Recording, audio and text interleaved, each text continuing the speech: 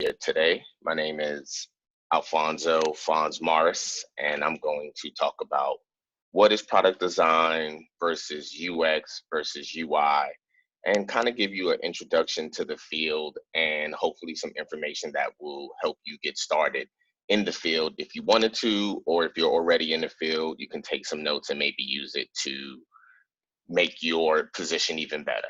So give me one second. Okay, so here's my table of contents. I'm gonna go through who am I want to say one more time about how happy I am to be here, my journey, where I work at, what is product design, what is growth design, what is UX, what is UI, can you work in product design? I'm gonna conclude and I want to give you some notes and some homework, and then hopefully we'll have time for some Q&A after that. I really want to get to the Q&A, so I'm gonna try to be concise and brief because I really want to hear questions from you guys. So like I said, my name is Alphonso. I am the growth design lead at Coursera. This is my contact information. This is my portfolio, fonts.design. This is my LinkedIn information. This is my Twitter and my Instagram. I wanted to share this with you guys because social media is really important for helping you get your career started. It can link you with people who previously might have been really almost impossible to connect with, as well as it's an endless learning source. So the first thing that I would want to tell everybody to do is make sure that you get your social media stuff up to par. And feel free to reach out to me anytime you want, whether it's a message on LinkedIn or a tweet, and I promise I will respond. So one more time, like I said, really happy to be here today, honored. I love design, I love product design, and I love talking about it. Public speaking is one of my bigger goals, and to be able to even get started, it's just so exciting. So thank you for tuning in today. So let me give you a backstory about me. I have a degree in computer science. I went to Georgia State University, and in my senior year of college, I realized engineering was fun and I enjoyed it, and I thought I could make a lot of money in it. But because of my art background, I still wanted to do design. So luckily, my university, Georgia State University, opened up a computer lab my senior year, and they completely furnished it with all new Mac equipment and PC equipment. And I pretty much just moved into the lab, honestly. And I taught myself every skill I needed to be able to become a designer and to start a digital agency. And that was Photoshop, Illustrator, Flash, HTML, CSS, JavaScript, colors, fonts, everything I needed to know, I taught myself because I was really passionate about design and I really saw that there was an opportunity there. So because of making those decisions early, I was able to start a design agency. And with the design agency, we were successful enough to be acqui-hired. And for those of you that don't know what acqui-hired is, it's when a company buys you out, but they hire you to keep running the business and possibly helping them. So with that, I was able to get angel investment from that acqui-hire and start my first product company, which was martisdna.com, which was a content management system for independent artists that allowed artists to promote and monetize their brand. This was my first real dive into product design. Before that, I was doing a lot of graphic design, and that's where a lot of designers get started, is graphic design. And then as they're in the industry more, you see yourself wanting to do more, and that's when you kind of move over into either web design and then ultimately product design. So I realized how much I love making products when I was able to build Marty's DNA. It also allowed me to get my feet wet in becoming an entrepreneur, which was really important to me as well. And from there, my career just pretty much took off. I kept running the Marty's DNA while also working in the industry and working at different agencies and trying to constantly keep honing my skills and getting better and better and better. And I ultimately ended up at Coursera, which is a online ed tech platform based out of Mountain View, California, where a place for learners to come in, get education, and get skills that previously you might not have been able to achieve because of location or cost, or you didn't finish school here. Coursera is an amazing place that I suggest everybody to check out. They have design courses, they have product design courses, they have product management, engineering, all kinds of skills and access to information that you would need to either become a designer or upskill or reskill. I really love working at Coursera because since I'm a self-taught designer, supporting people in that same with that same passion and those same dreams is really rewarding for me. I've been able to hear firsthand stories of how our work has affected the world, and it's really, really rewarding. And I hope that your career will allow you to be as happy as I am in my career. So next, let's get to the meat and potatoes. So what is product design? According to Wikipedia, product design is the new product to be sold by a business to its customers. But what's tricky about that is, what is design? Because design is a noun or a verb. You can either design something or you can make something that has. So is design the noun, which is the thing that the designers make, the object, or is design a verb, which is the thing that the designers do, the process? That's what makes this product design so interesting. There's no one real perfect answer for it. What I like to define as product design is it's all the steps necessary to produce a product. And I'll go into those steps later because they're really important, because I think by understanding those steps, they allow you to see which part of the product cycle you want to be involved in. Everybody in product design is not a designer, and that's something that I really want to stress. So you don't have to be the best visual designer to be a part of a product design team or work in product design. There's so many different layers and steps. That's what I want to make sure that I explain to you guys. But I also want to give you some backstory on where the concept of product design came from. So Don Norman is a industrial designer who wrote this book about 25 years ago called The Design of Everyday Things. And pretty much he just talked about, why do companies build products that are not easy for people to use? And it seems as if that's kind of backwards. If you want me to pay for something, shouldn't it solve my problems and be easy to use? He actually used an example called Norman doors to explain how products are designed and their confusion for users. So what is a Norman door? A Norman door is a poorly designed door that confuses or fails to give you an idea whether to push or pull. I'm sure most of you have went through this. I go through it every day. I walk up to a door and I can't tell whether I should push or pull. The fact that they have to put the labeling on the door, to Don Norman, is an example of a poor design. You should be able to automatically know what to do with the door when you walk up to it. And why is this important for product design and UX and UI is because this goes right into that same ideology of, when you're building a product for somebody, it should be as easy for them to use and to understand as possible. If your users are spending more time trying to figure out how to use your app than your app solving their problem, then to be honest with you, you don't have that good of a product. So these are the kind of ideologies that I'm always thinking about when I'm working on my projects that I'm doing. Is this easy? Could I use this? Could any user out there use this? And this goes into a term that's called user empathy. And that's always putting yourself in the shoes of the user. So even though you're the product designer and you're the one that's creating this product, you're creating this for a user.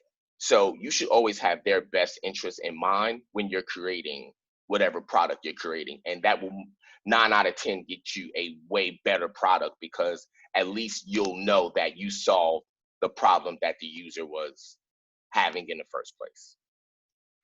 So to keep going with this concept of product design, when I first started, there was no technical, digital, or physical product design. It all went under industrial design, and that was the building of things like cars or chairs or furniture or any of the earlier products that you may have interacted with, like Bose headphones and all of these more physical products that you can touch and feel.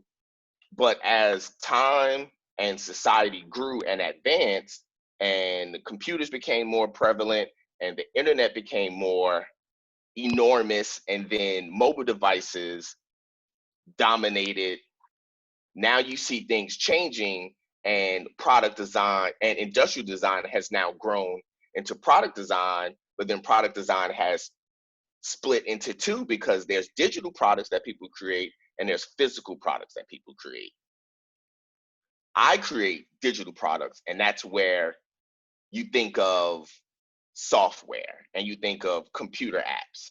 But when you think of these apps, what are you using these apps on? You're using them on physical products. And that's why a company like Apple is so amazing, because not only do they make the hardware, but they also make the software. So they'll build a watch and they put the software on the watch. They build a computer, they build an iPad, they build the AirPods, and they also build a software that goes on those devices. So now you can start to already see how product design splits. Maybe you're interested in hardware, which is great. Maybe you're interested in software, which is great. But you have an option. So that's something that I want to stress through this talk is I want to expose all the options for you, so you can possibly find what lane works for you, as opposed to feeling, oh, if I can't do this, then that's the only option. It's not. It's way more. Luckily, it's way more. I'm trying to think of the best word to say. There's just so many options in product design that I want to make sure everybody understands that, because a lot of the questions that I hear are only about the visual side of design, and it's bigger than that. So these are some of my favorite digital and physical products, and I'm sure you have your own, and you can probably look around the room that you're in now and spot some, like your television, your flat screen, your coffee maker. All of these are examples of product design. So next, I want to go into how do you get to one of these products like I just showed you before. And every product team has their own process. There are some standards, but you don't necessarily have to follow those every single time. Some projects require you to do every single step in every single phase. Some projects might be smaller, it might be a redesign, so they might not require you to have to go through every step, but you'll most likely want to think about every step, even if you don't do some of the things that's in it, because the whole goal of this is to give you some form of a plan, a strategy to make sure you're covering all your bases to ultimately build the best product that you can build. So here's an example of a product design flow that, So here's an example of a product design flow that I use and that we use at Coursera. When we get started on any product, the first thing we're trying to figure out is, what's the problem that we're actually solving? Because sometimes you don't spend enough energy on that and you'll start producing things, and then before you know it, you'll get finished and you may have produced something that's great, but it hasn't really solved the problem because you didn't really spend enough time understanding the problem. And that's the first step that now that I'm more mature in my design career, I see myself spending more time in these earlier phases than I do in the later phases, because I want to set myself up for success and my team for success. So the first step is usually strategy, right? And in your strategy phase, that's where you'll be interacting with the stakeholders, which are all the people that would benefit from this product. You'll be working with the business team. You'll be working with the marketing team. You'll be working with the product management team. And the product management team is pretty much, some people like to say that they're the CEOs of the team. I think they say that because they're the ones that are pretty much producing the whole product being produced, but I use them more as the liaison between all of the teams. They help us stay organized. They're the ones who make sure that we know exactly what the problem is. They handle a lot of the communication between the teams.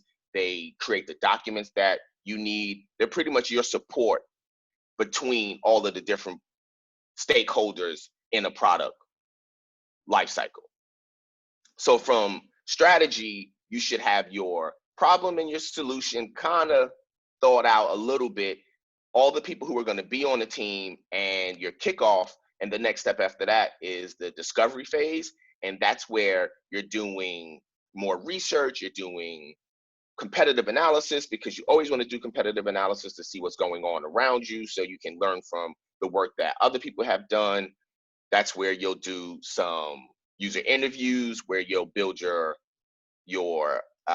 personas to try to understand who each person that's, you want to do the personas to understand who the exact person the problem is, who is actually having the problem. That's what the user persona is. So you'll usually do about 3 of those to try to get a clear understanding of, okay, so what does this problem look like for you? What does this look like for you? And what does this look like for you? And you'll do probably some surveys, you'll do some user interviews, you'll try to start figuring out what the content could possibly be like for this. And then once you have that information, you'll move into more of your analysis phase, where you'll create flows and you'll create uh, experience maps and storyboards and possibly mood boards. And this is where now you're about to start getting into what this design could be like. But before you start designing, you want to have all of this other stuff done, because it helps your design solve the problem and be more well-rounded. In this phase, you'll be working with user researchers, you'll definitely be working with product managers. You work with product managers through all 5 stages. So if any of you are interested in being involved in every stage, maybe not from the visual side, you could possibly become a product manager. So from the analysis phase, that's where now you move into the design. But the design phase, it gets stretched out a little, because you're most likely going to start with some lo-fi wireframes. And what are those? Those are designs that don't focus 100% on what it looks like. It focuses more on is this the right content? Is this the right information architecture? Is this the right information hierarchy? And what information hierarchy means is the most important information obvious for the user, and then is all of the secondary supplementary information put accordingly in the right places to where it helps tell a story to get from the top of the page to the bottom, or from the top to the bottom of your app. So you want to do the lo-fi wireframes because those are easy to do and they're easy to change. And you want to be able to start sharing early with people. You don't want to wait to share the designs until you've got into the visual phase, because if people have questions or they want to change things, it's going to be a lot harder for you to change things once you've already styled it. So you want to spend a lot of time in the lo-fi wireframes, getting all of the questions answered from everyone. And then once you are happy with all of the content and you've gotten all of the feedback from the lo-fi wireframes, now you would move into more of what we are considering as high fidelity wireframes. And those are where you're focusing a little more on the design, still no colors or or real imagery, but it looks a little more refined. This is more cleaned up. And now why you do the high fidelity wireframes is so that you can do a prototype. And a prototype is where you pretty much link all the pages together. And now you can do some user testing where people can actually use the use the app or use the website, and you can start to see what's working, what's not, and you still haven't involved engineering yet. And that's so important because engineering is so expensive. You want to wait to involve them when you know you're ready to use them. And that's also an example. Well, in this phase, you'll be using user researchers who are super important. They're the ones that's going to actually be taking the product, taking the prototype to the user and getting the research information for you and bringing it back to you so that you can decide, are there any last things you want to change before you move into the visual design? And now the next step after the prototyping is visual design. And that's where you're putting your colors, you're putting your fonts, you're putting branding, you're putting real imagery, and now you're bringing the product to life. And after visual design is where you would do your design handoff to engineering. But actually, one thing I forgot to say is engineering should be involved all the way from the beginning. Even if they're not coding anything, you want them to be involved because you want them to be able to give you any feedback that might cause a hiccup later on. Even though engineering probably won't start till step 4 or maybe even step 5, it's good to have them at a minimum in step 2 so you can share your preliminary ideas with them, and then they can start to let you know, hey, that'll be easy, that won't be, because the goal is to always try to figure everything out early in the process because that makes the ending of it a lot smoother. So at the end, step 5, production, we do the design handoff, we give the files to engineering, engineering builds it, they give it back to us, we do a design QA, which is design question and answer. We're testing everything, comparing it to make sure that it looks like what we designed. And from there, we would do a rollout, and we would all be excited because it's so hard to roll stuff out. And once you roll things out is when you would immediately go into looking at the metrics and seeing if the user is actually enjoying the product, and you'll be taking information from that and get ready to go back to step 1, which is strategy. So once you finish with the production phase and you roll it out and you let people use it, now you can take that information and you'll be going all the way back to step 1 again, and you repeat the process. That's why this design has 2 arrows, because it's pretty much a product is never actually finished. That's something else that I should have said. You're going to keep iterating. You're going to keep doing versions round after round after round after round. So you get to step 5 and then you end up going back to step 1, honestly, or you'll move to another product to start the same process over and over again.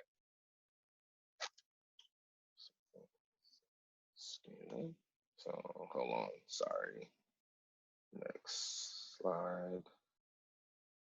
Cool. So this slide has a lot of text on it, but I needed to put it because I wanted to make sure that I didn't leave any of this out. So these are some of the people that are on a product design team. This is who we have on my product design team at Coursera, and this is pretty similar to most places. So I wanted to list this out in case you guys have never seen all of the different people who are on a product design team. But like I said, depending on the size of the company, this could be a lot smaller, this could be a lot bigger, or you could have multiple of these positions. But from my perspective, because I'm a product designer, there's a lot of different names you hear floating around in the industry. You may have heard experience designer, information architect, interaction designer, experience architect, user interface designer, user interface designer. So these are all different phases of design that all go under product designer. So if you're a product designer, you most likely have experience in all of these phases, and you can step in and give feedback. That's why you usually grow to become a product designer, because you need experience in all these different things to really be able to say that you are a true product designer. So maybe some of you are a UI, some of you are UX, maybe some of you are interaction, or even information architect. That's fine. If you have goals of becoming a product designer, then you're going to need to learn these other phases, but you're in a good spot because at least you're one of these. And if you haven't started yet, then just pick one of these and see if one of them are interesting to you. And now you kind of know where maybe you can start to do more research. Some other members of my team are our user research team, which I love user research. It is so important. It just really helps me build better things because, like I said, you always need user empathy, and user research are the ones that go and talk to your potential and existing users. They give you all the pain points from the user. They really help you understand what the problem is. Product managers, like I said before, are the ones that at the end of the day, they're asking, why are we really doing this?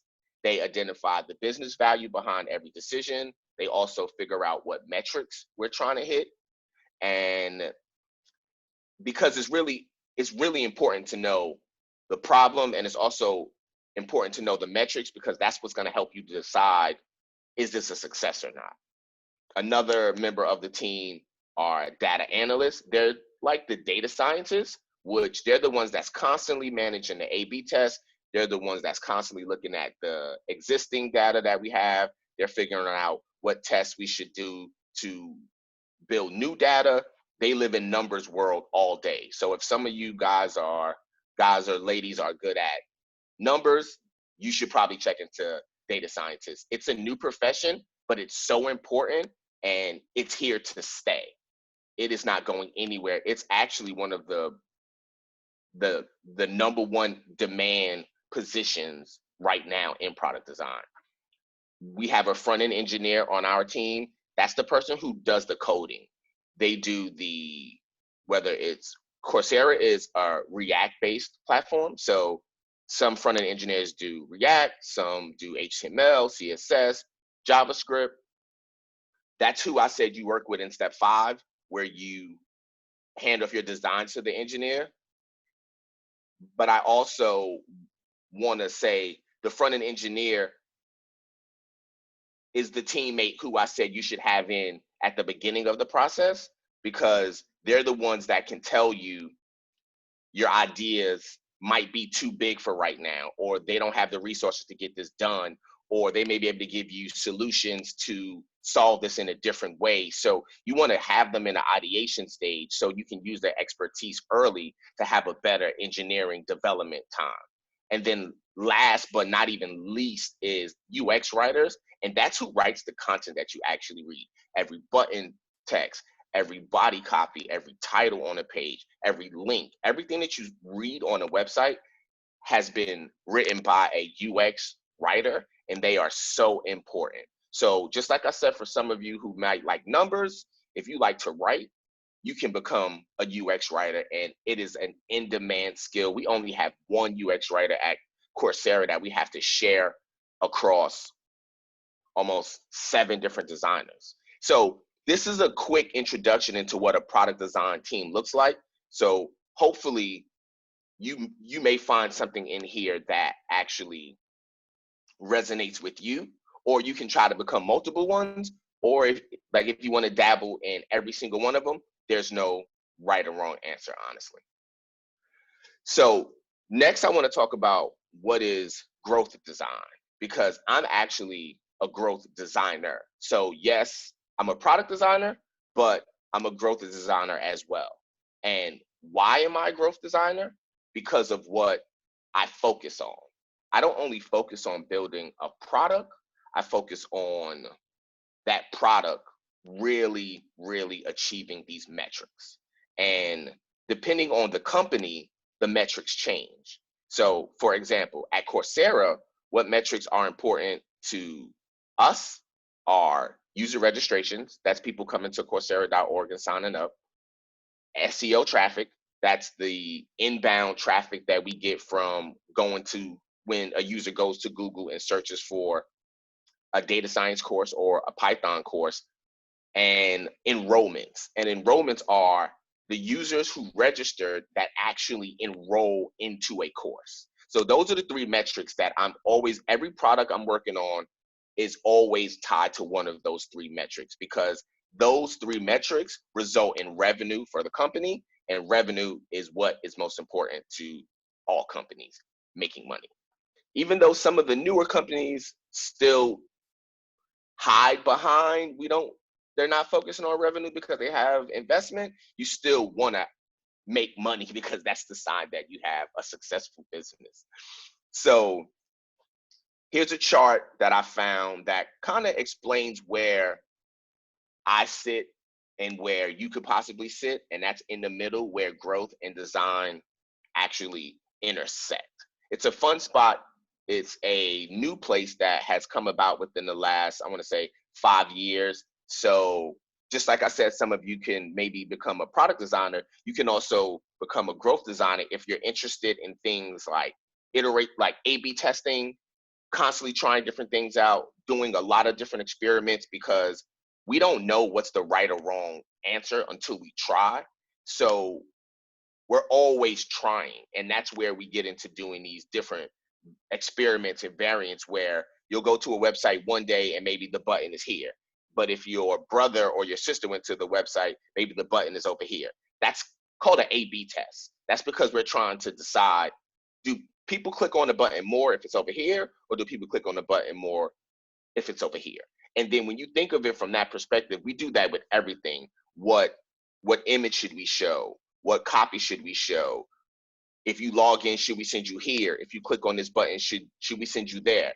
Why we do all these different experiments is because based off the metrics, the results from those experiments, we can decide, okay, well, we'll let the numbers speak for themselves. Because it's easy for me as a designer to say, oh, well, I think this looks best, let's roll with that. That doesn't mean that's what the user really wants. So when you're able to run these smaller experiments, you can get feedback from the user early enough, which is that other major word that I said, which is user empathy.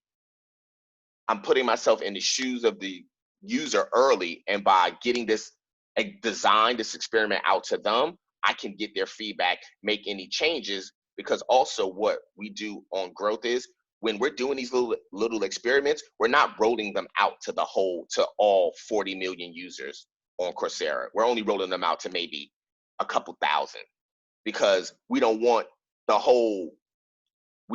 whole user base to see something if it's not successful. So that's why you roll it out to smaller pockets, and based off those results, you keep deciding, is this design the one to use, or do we need to do another design? So we're doing a lot of iterations, a lot of tinkering, tweaking every day of smaller things until we get that right metric. So here's some of the things that a growth team worries about. Like I said earlier, the 3 that Coursera worries about, but depending on what company you're at, these change. But we're always worried about monetization, acquisition, customer experience, conversions, registrations, revenue, retention, payments. Depending on what company you're at, the importance of these change. Like if you think about Uber, what's important to them is how many riders they're having a day or a month. What's important to Netflix, how many people are watching movies a day or per month. What's important to eBay, how many people are coming to search for products, how many people are buying products, as well as how many people are posting products. So depending on what company you work at, your growth design team will worry about different things, but you'll always be worrying about some kind of metric. So use this also to think about which of these terms are interesting to you, and now that can help you figure out which company you may want to try to work at in the future, because you want to try to always do things in your career that you're interested in. Like I said, I'm interested in education. So me working at Coursera and getting users to register and enrollment, I get personal gratification when I see our registration numbers go up or our enrollment numbers go up.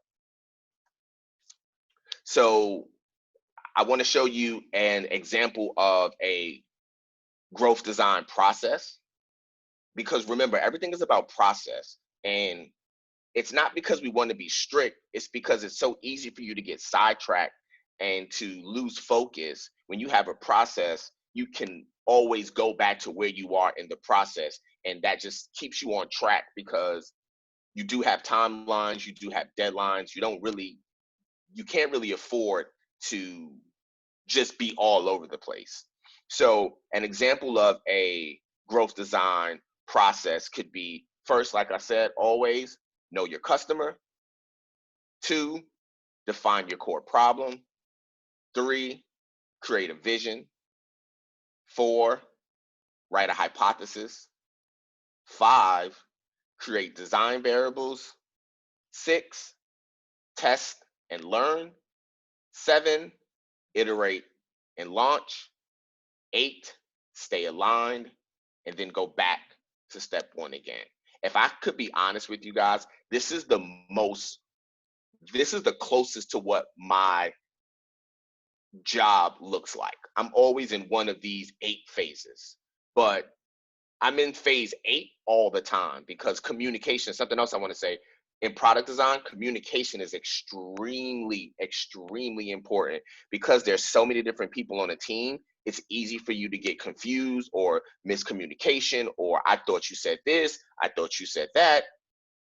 You want to always stay aligned with your team. So I've actually spent the last year working on my communication skills, being able to ask the right questions, being able to give the right feedback, being able to write the right documents to share with people who might not have been on my team. So these are all things that are not necessarily my technical design skills.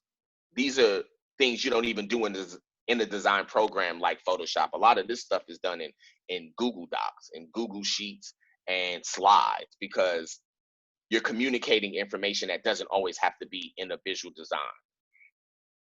So next, let's get into the exciting stuff. Well, the other stuff is exciting too, but this is what some of you probably really want to know about. And what is UX versus what is UI?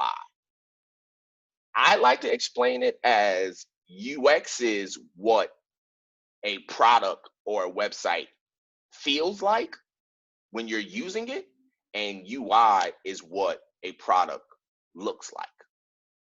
But one isn't necessarily more important than the other because you can have a good UX site that looks bad and people don't like it, or you can have a website that has an amazing UI, but the information is all over the place and it's hard to use, so therefore the UX is bad. So you want to try to build a product that has equal of both, that are both at 100%. Because if you have an amazing UX and you have good UI, now you're rolling. Now you're probably going to get some good usage from your customers. You're going to get feedback from people that says, I really feel like you guys thought about this. You really solved my problem. This looks really good on my phone. This looks good on my TV or on my laptop or whatever device people will be using. If you look at the design on the right, you'll see how I tried to lay out the different jobs of UX versus UI. And look at this. Pay attention to this because this will help you decide maybe what part of the team you want to be on. Do you want to do visual design? Are you interested in colors? Are you interested in how the site will look? Are you interested in fonts and typography? If so, you should probably become a UI designer. Are you interested in interaction, how things happen when you click a button? Are you interested in wireframes and prototypes? Are you interested in laying out the information like I said earlier on the page? Are you interested in user research? Are you interested in doing use cases and user personas? If so, you might want to do UX. And if you're interested in everything on this graphic, now you're on your way to understanding what a product designer does from point A to point Z and all of the steps in between. So let's talk about one of my favorite apps that I like to use as an example of good UI and good UX. So there's this music app named Spotify. I'm not sure if some of you are aware of it or not, but it's an extremely popular music streaming app. It has 248 million monthly users and 113 million subscribers, and is growing at over 31% year over year. Those numbers are amazing. Sorry. Okay. Okay, sorry guys, there was some questions coming in. I shouldn't be paying attention now. I'm just so excited. So Spotify, why do I like to use Spotify as an example is because they do a good job of the UI and UX. It just feels good when I'm using it. It's visually appealing. It's not hard to get through. It's easy to know where I'm at on the site. They're constantly A/B testing and rolling new things out and seeing what works and what's not. You can see the app growing every time you use it. And that's just an example of having a really strong design UX UI team. They are constantly adding new features. For example, when Spotify first launched, they had videos, and they had videos because they wanted to try to go at YouTube. But you know what? That feature didn't do well. So they pulled the video feature out, and instead they put a little bit of movement into the individual song pages, which is not a music video, but it's also better than just a static image. So they put maybe a clip of, I think it's maybe 5 to 6 seconds. So maybe you can't watch the video here, but you can still get a little bit of the video, and we're not spending as much time trying to compete with YouTube. That's just smart. That came from them rolling out that feature, getting the numbers back, realizing that it wasn't good to go down that path, but trying to figure out what a compromise could be. Another example I like to talk about is their UX, the way they have this charts section, right? And in the chart section, they have featured, which is then split into the top 50, but it's split into the top 50 of all these different genres. So it's easy for me to find what's interesting to me. There's United States, there's global, there's viral, there's African music, there's country music, there's every kind of music style you would want. They have put into these collections of top 50, and they house them all there, which is easy for me to go use and find whenever I want to try to use or listen to different kinds of music, as well as I want to know what's popular. So this is an example of UX, but the cool part about it being UI is when you look at how visually easy it is to read and the way that they styled it. For the US, you see that they put a little image of the United States in the back. For global, they put the whole map. And for United States, you see red, white, and blue. That's the color of our flag. And you can carry that over for the rest of the page. So that's another example of UI. And you see how the UX was important and the UI just made the experience that much better. Another example of UX is the nav bar at the bottom. Those are the most important screens to most people that will be using Spotify. Home, browse, search, radio, and your library.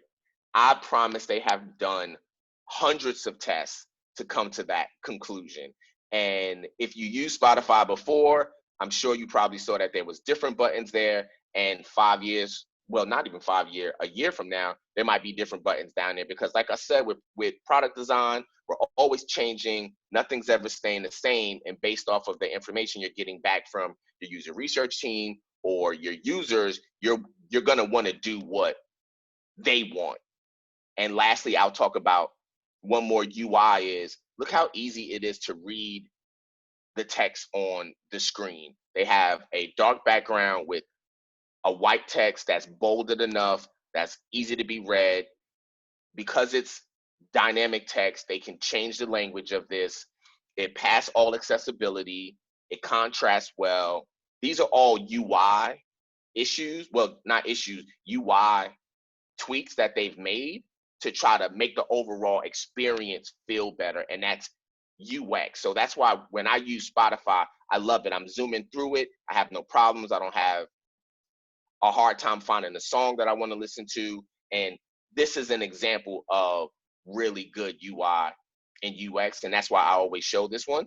I'm sure you have some apps on your phone that you use that you can now think about and say to yourself, wow, I really use this app, not just because the content, but because I like the way that they built it and I like the time that they put into it.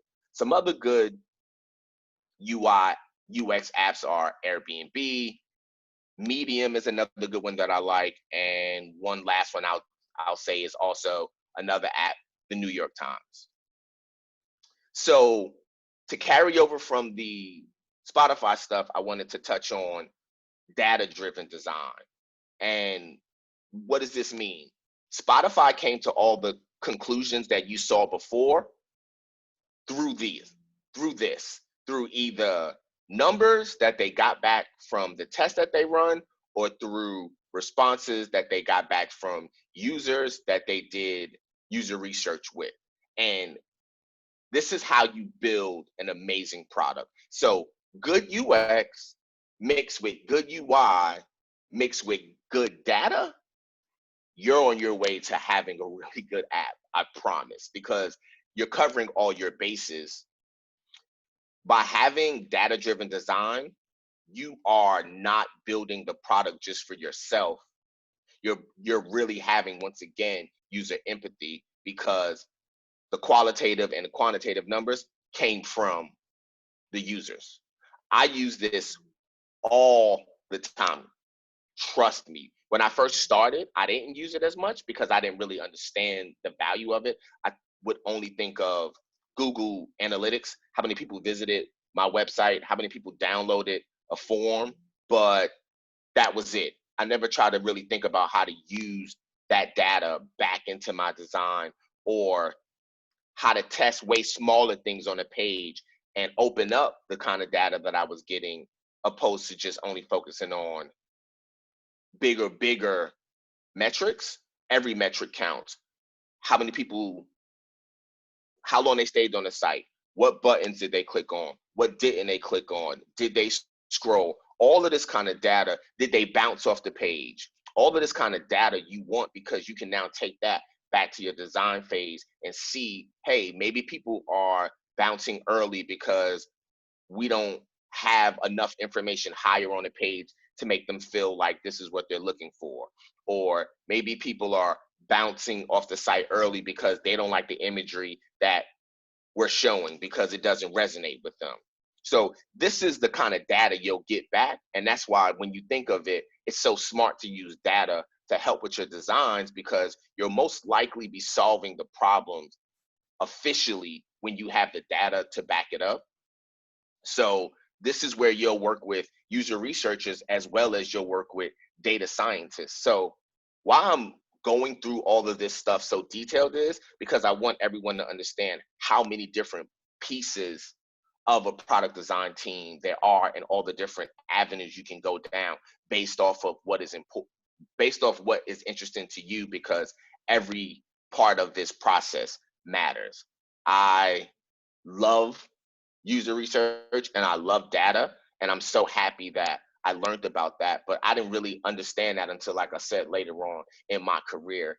You'll always be learning in this career. I'm always learning. Things are always changing. So just make sure that you always ask questions, and you always see what other teams are doing and doing your research to make sure that you stay ahead of the curve.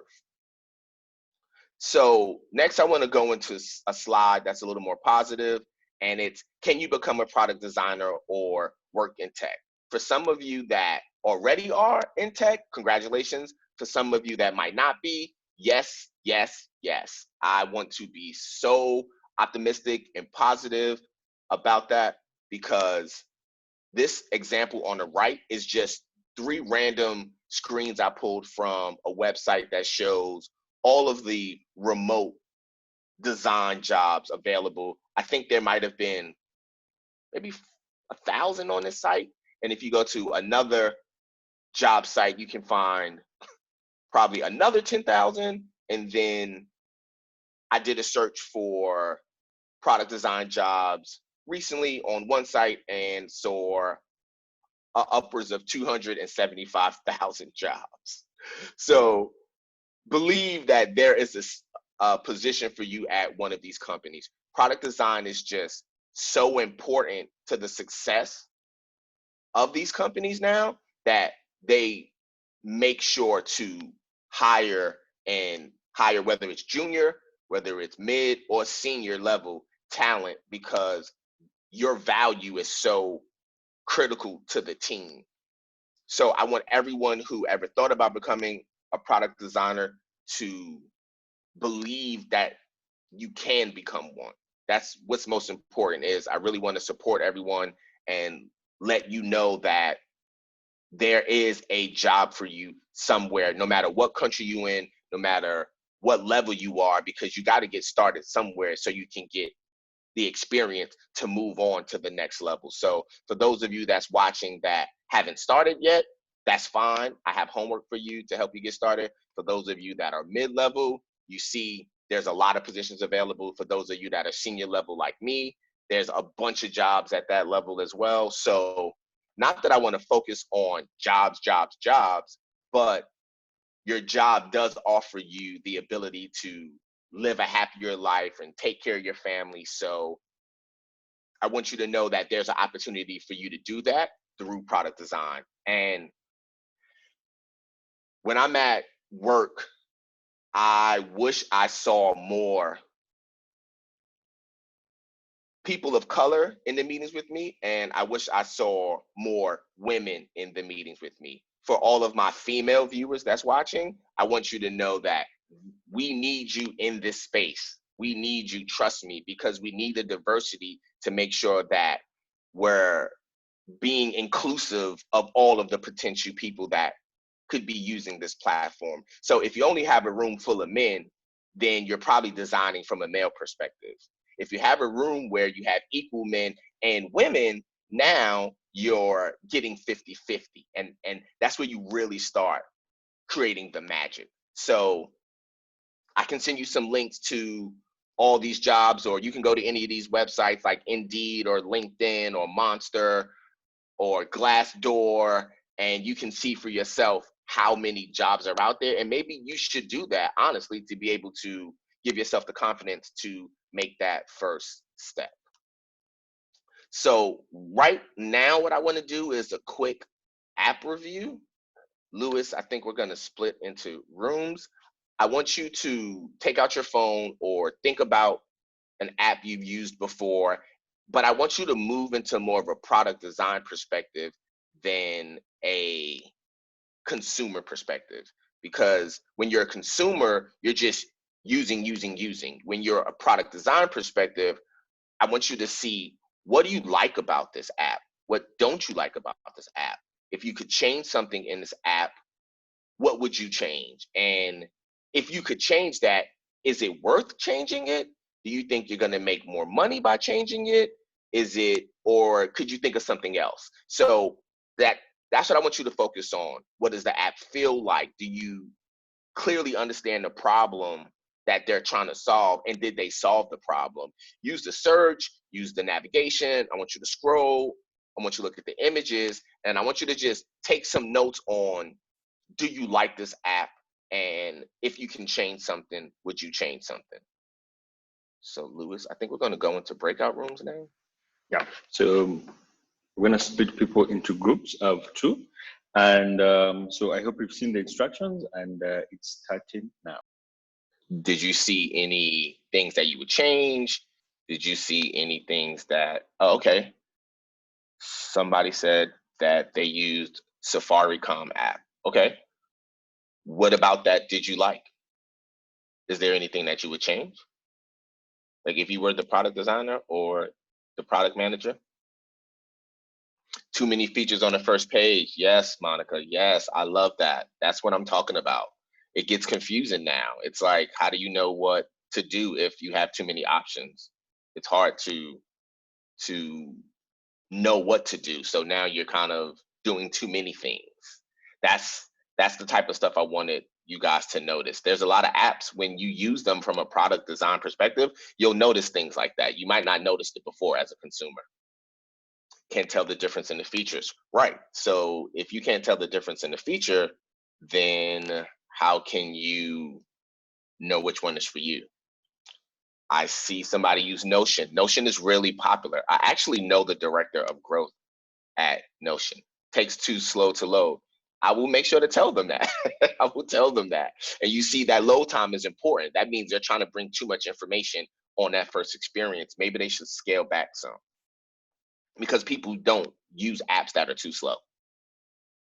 So see, this is good information. This is good information that they would want to hear.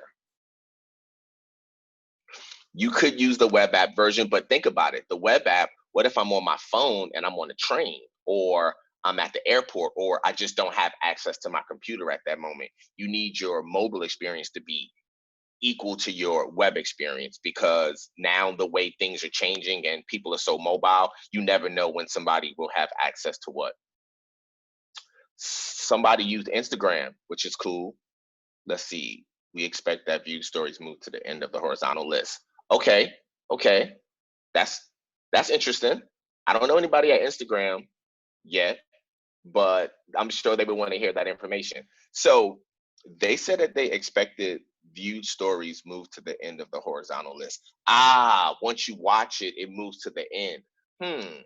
Now I got a question for you. Why do you think that they did not do that? Because, like I said, they do a lot of data, they do a lot of testing. So there's a reason why they did that.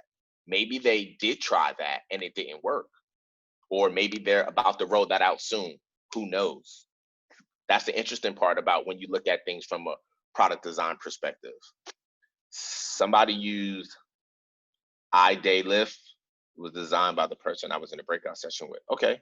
Issue is, I don't know what the app is about from the start. See, this is good information for the founder that you were in the breakout room with. If you don't know what the onboarding and what the app did, then a lot of people probably would as well. And you see, this is the kind of information that these companies want to have before they roll out, because it might be too late if they get that information later. So whoever is the founder of iDayLift, I would probably take that into consideration. Onboarding is really important. You want people to know what they're supposed to get from your app as soon as they get there. So even if you keep that onboarding simple, like I know you've seen a lot of apps nowadays where you swipe through the first 3-4 screens. Even though a lot of people skip them, a lot of people read them because they help you get feedback on, well, not feedback, but they help you get insight into what you're supposed to do there. I skip most of them because I only download apps that I know what they do. But when it comes to discovery or exploring, you should definitely always allow the user to be able to know what they're getting from you early. You see, somebody said that they love doing user testing and giving feedback on products and feature suggestion. That's why I like to do these kind of exercises, because I want people to find about what they love, what they're passionate about, and then follow that path. Like, this person would be a great user researcher. He doesn't need to do visual design. She doesn't need to do.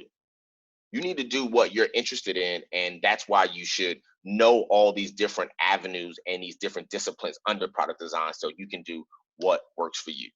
This was great, guys. This was great. I could sit on this for the rest of I could do this for a whole day, but like I want to make sure like I get through the rest of it. So thank you so much for this. This was so fun. Keep doing this. Do this with other people or any other companies that you could possibly work with. Tell them to invest in product app critiques like this. This will also help you in the job interview process, because you will have to critique an app most likely at any product design job you apply for, because they want to see how you think. This is the way to see how somebody thinks about a product and uses a product. So definitely continue to do app reviews. And in conclusion, I want to say that just a couple notes. Product design is here to stay. It is integral to the success of pretty much every software and digital product company. Remember, product design is not just about design. There are many layers to it. And I'm a designer, so it's like, I'm not trying to say don't do design. I just don't want you to think that that's the only option for you, because everybody's not visual visually creative or skilled with being able to create designs, but that doesn't mean that you don't have to contribute to a team. Remember, UI and UX are not the same thing. Data is your friend, so use it wisely, always. Growth design is about moving metrics. Self-confidence goes a long way. So all of you who participated today, you are already on your way to becoming product designers or product managers or UI engineers or front-end engineers. This is the first step. It's investing in yourself and building that confidence. And then the top 10 tech companies are worth over $5 trillion. So to keep that valuation, they need to keep hiring talent. And that's why I said that there's definitely a lane for you in product design. So please go after it. Make your dream come true. Last thing I'll say is I have some homework for you guys. I think you should take some online courses from anywhere. Of course, I'm going to say Coursera because that's where I work at, but there's a ton of online schools. See which one works for you. See what skills they're going to teach you before you enroll. And don't spend too much money before you really do your research because you're going to need those skills. You should probably learn a program like Figma or Sketch that will allow you to do a lot of the stuff I said as far as the wireframing or visual design or creating flows. And Figma is free for anyone who doesn't create a certain amount of projects. Sketch is free for the first 30 days. And then after that, it's $99. So you can definitely download one of those and try them out. Those are the two industry favorites right now. Tooling is very important. Visit your favorite company's brand or career page and look for your dream job. Like if you want to work at Apple, go on Apple and see what positions they have. If you want to work at Facebook, if you want to work at Notion, if you want to work at Netflix, go to their job pages, go to their careers and look at what they're hiring for and look at what requirements they're asking, because based off those requirements, that can help you figure out what skills you have. And that's how you build your career to-do list. If you want to get that position, then you need to learn those skills. And if you don't have any of those skills, then you start with the first one and you don't stop until you do all of them. If you see some of them that you have and the ones you don't, then you know what to focus on. But go look at the real career page so you can really see what you need to know. There's a website called Product Hunt that I love to go to. It's a marketplace, not a marketplace because that would be the sell. It's a repository of all new products coming out, whether they're physical or digital. So you'll constantly be able to stay in the know of new stuff that's coming out. The commenting section is amazing. The founders are usually in the comments so you can ask questions. There's an amazing reading platform called Medium. I don't know if you guys have used it or if not, you should. There's a ton of resources, meetups, Dribble, YouTube. All of these websites are amazing resources of necessary content. Twitter is probably my favorite. It has allowed me to connect with VPs of design here, world-renowned designers there, ProductTank. They've helped me connect with everybody, and that's why I really love Twitter. So I suggest you use Twitter a lot. Research people, find me, look at who I'm researching, type in all of the tags of things that you're interested in. Like one person said that they like doing user testing. So type in user testing in Twitter and follow all of those accounts because they're going to be tweeting information that you'll be able to use. And take your LinkedIn very serious. I take my LinkedIn so serious. I've met so many people, so many opportunities have happened for me because of LinkedIn. So please make sure you use LinkedIn. There's a lot of great articles on there. Follow me on LinkedIn. And last but not least, stay positive. Please stay positive. It is a rough journey. It is a hard journey. But when I tell you it is so rewarding, it is so worth sticking with it. But there's days that I'm just underwater and there's days that I'm on top of the water swimming as well. So, but it's all been worth it at the end of the day. It's a great profession. It pays well. The job has a lot of perks. You get free food and traveling and all that kind of good stuff. But at the end of the day, it's very rewarding for me as a designer to be able to see and hear back from people who have interacted with some of the stuff that I produced and told me that I solved their problem. So last thing I want to do is say, thank you for attending. Give yourself a pat on the back. You're already on your way. And we are going to do a quick round of Q&A. like, I think we have about, let me see, about 10 minutes. So Lewis, how do you want to handle the Q&A? Yes, as I'm collecting all the questions from the chat side, maybe everyone can just do this quick poll just to understand what position you are in your organization. So I'm just launching it right now. Awesome. And as we also do that, yeah, I'm seeing nice comments here. So people already reaching out to you on LinkedIn. Awesome. I will follow everyone. Every person who requests me on LinkedIn, I will follow. And if you ask me a question, I will answer. Trust me. Fantastic. I really value stuff like that.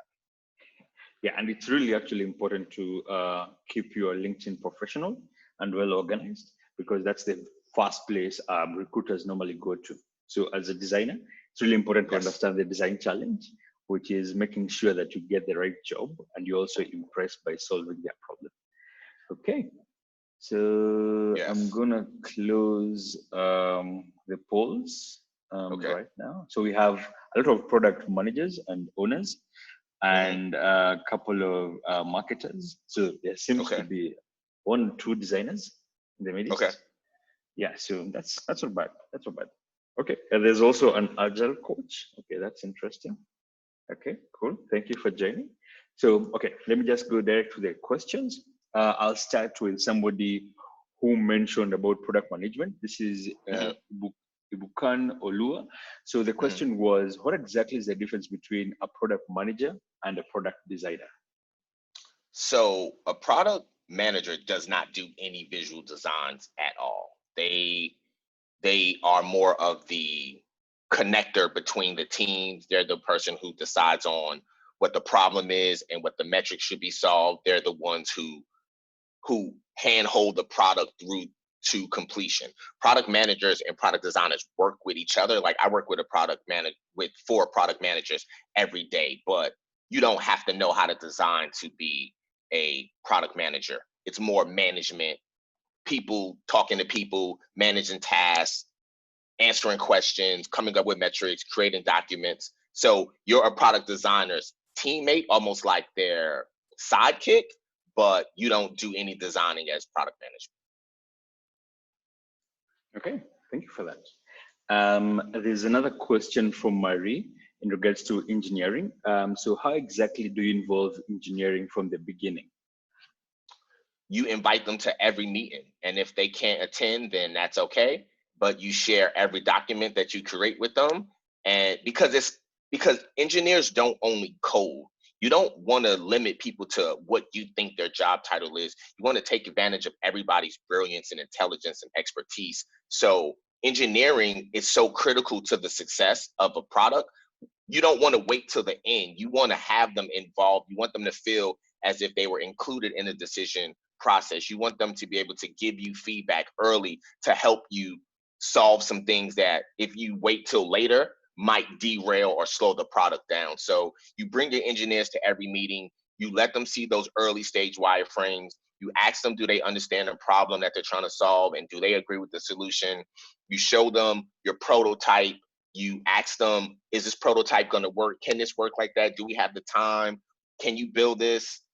Are there any hiccups you see? So you involve engineering by just inviting them to every meeting, let them decide to come or not, and share every document with them and ask them questions. Keep them involved in the loop. Cool, thank you for that. And also it ties to a question in regards to coding. This is, sorry, I murdered your name, and also me. So should product designers learn to code?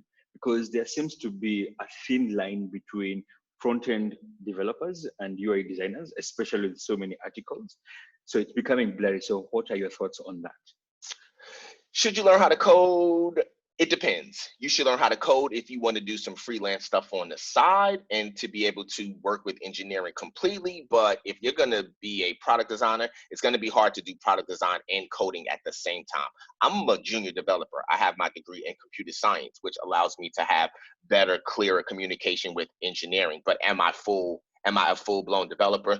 No. Do I think you should learn how to code? I don't think it can hurt. I think you would be able to communicate with engineering better, like I said, and you would understand how products work better. So maybe you dabble in it a little bit, but if you want to be a developer, become a developer. If you want to be a designer, become a designer, and just be kind of a hybrid. Like I'm more of a hybrid, what you would call like a unicorn, where I can jump into some code if I have to, but we have developers at my job, so they don't need me to code. But if you're in a smaller, and lastly, I'll say, depending on what organization you're in, if you're in a smaller organization, they may need you to do some coding, so you might want to learn it. As well as some of the bigger companies like GitHub, they ask all their designers to know how to code.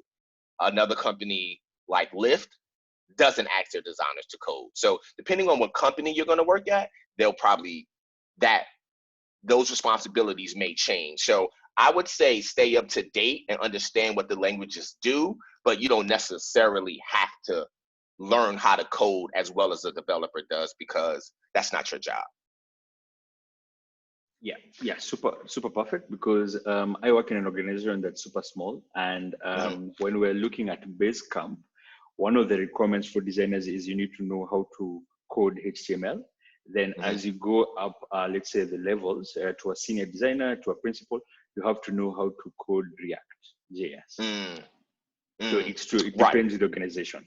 Yeah, like it depends, because Coursera has enough React developers that they don't need me to React. And then, to do React, as well as there's such an intricate process of using Jira and checking in code and code reviews. And if I got to do all of that stuff, then how am I doing my job as a product designer? That's why, because Coursera is 500 plus, we don't have to do that. But at a smaller company, at my previous startup, I was a developer and I did do code, but that was because the company was only 5 people. Totally relate.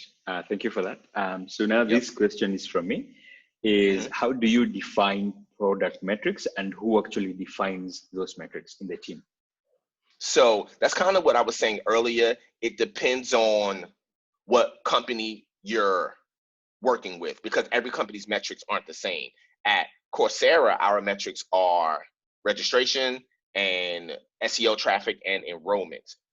Why? Because that's what leads to us generating revenue, and that's what's important to us. So like I said earlier, revenue is super important to every company, but every company doesn't make their revenue the same way.